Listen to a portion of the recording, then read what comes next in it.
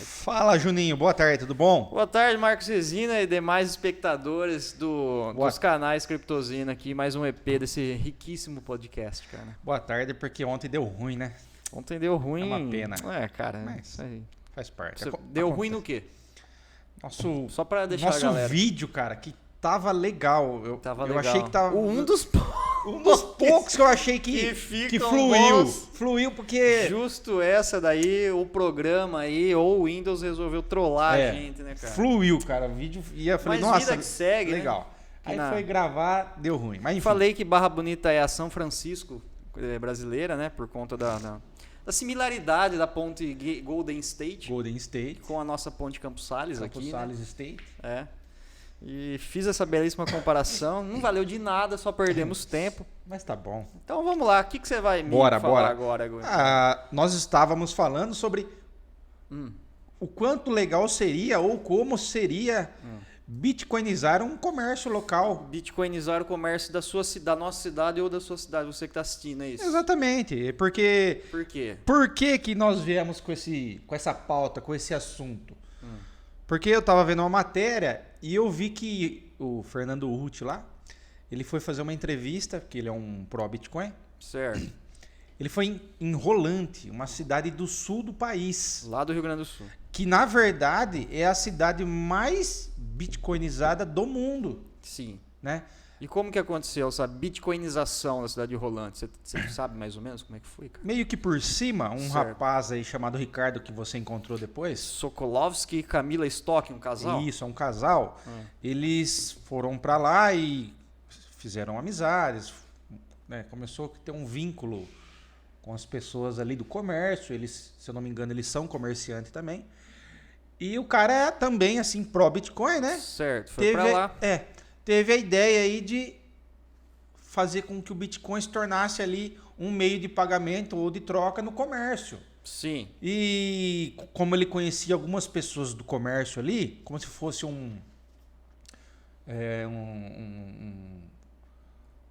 como que chama? Não é centro comercial, quando a cidade tem o centro financeiro da cidade ali? O comercial, ele tem um nome, eu esqueci o nome agora, fugiu da memória. E ele tinha amizade com esses caras e falou, viu, o que você acha? Eu acho interessante. Poderia fazer, né? Reunir alguns comerciantes pra gente fazer tipo de uma palestra, uma questão educativa. Certo. O cara gostou da ideia, porque ele criou lá faz o seguinte, cria pra mim aí o escopo do projeto, né? Cria aí pra mim um material didático, pra gente ver, didático, pra ver se é legal, se é interessante, que eu não conheço, não sei também. E como esse cara aí, que esse Ricardo tinha amizade, tinha, como que eu posso dizer? Ele tinha relevância entre as pessoas ali, as pessoas confiavam nele, ele era considerado uma pessoa de confiança. Certo. E aí, quando esse cara leu essa matéria, falou, mas isso aqui não é uma matéria, isso aqui é uma palestra, vamos levar para as pessoas, eu gostei.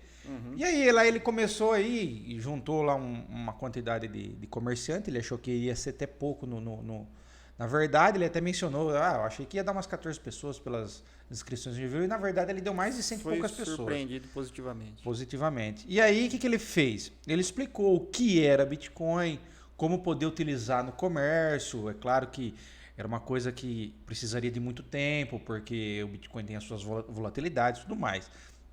E ele foi fazendo, foi inserindo isso ali no comércio local. E as pessoas gostou da ideia, foi se intensificando. Ele precisou, obviamente, ensinar as pessoas a encontrar apps seguros de segunda camada para poder... a Lightning, né? Tipo a Lightning, exatamente. Para poder fazer as transações...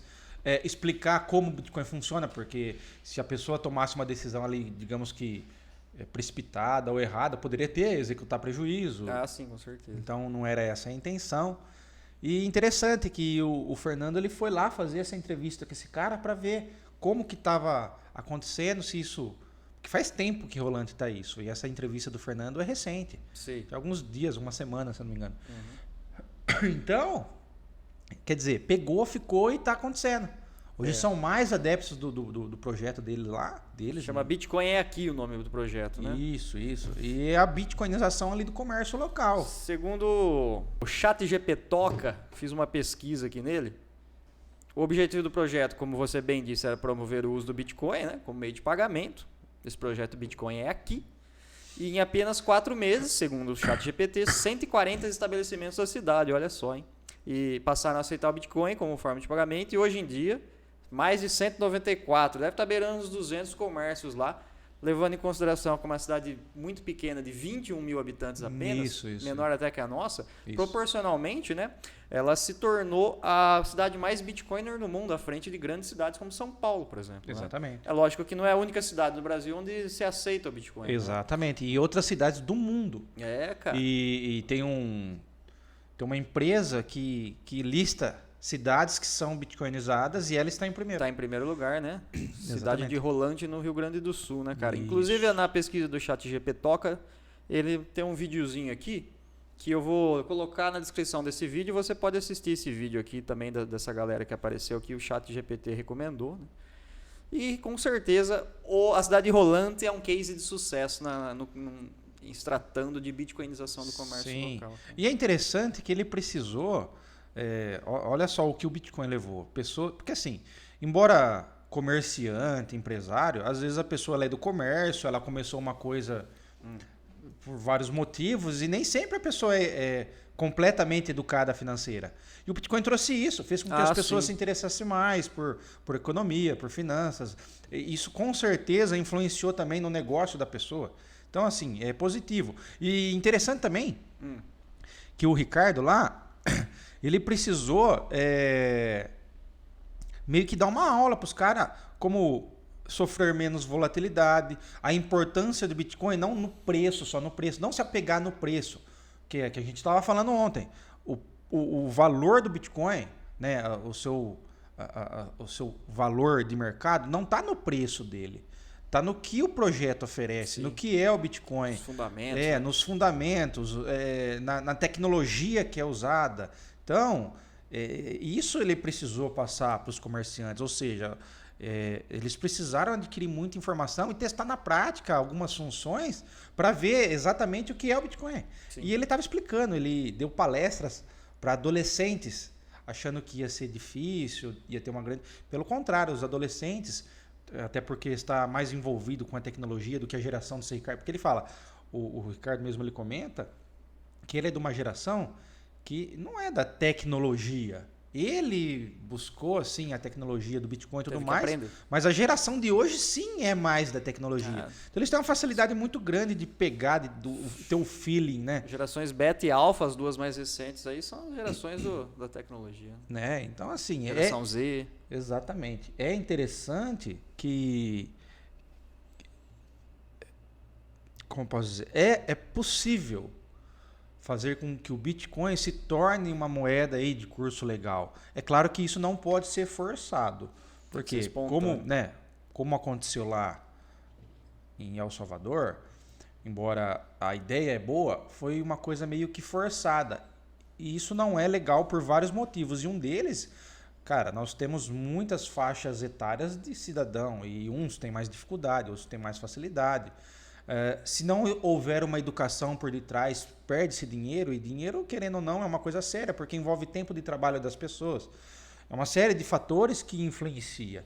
E quando, por exemplo, lá em Rolante, você vai comprar um produto, né, você que é o consumidor vai comprar, ele te dá a opção de você querer pagar em Bitcoin ou em real. E ele também tem a opção de querer acertar em real ou não, porque tudo vai depender do momento. Então, quando tem essa opção, é mais fácil, porque existe a flexibilidade, do que quando é forçado, né? Com certeza. E quando é forçado, existe o ponto negativo. As pessoas nem acabam se interessando muito. Exatamente. Na primeira dificuldade já abandona, né? Porque tudo tem prós e contras. As pessoas precisam se apaixonar pelo Bitcoin para que elas comecem a...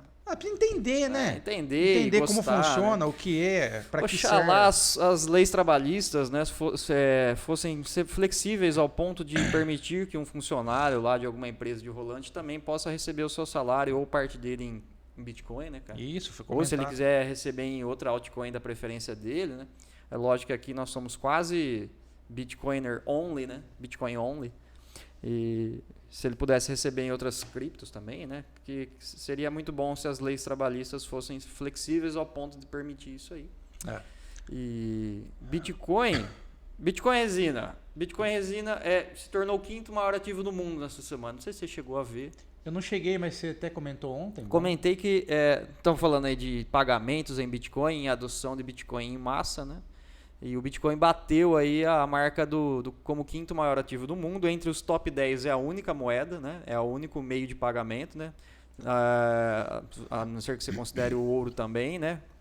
Mas, eu até mencionei que o ouro, na verdade, ele é considerado uma reserva de valor. Então, ele não...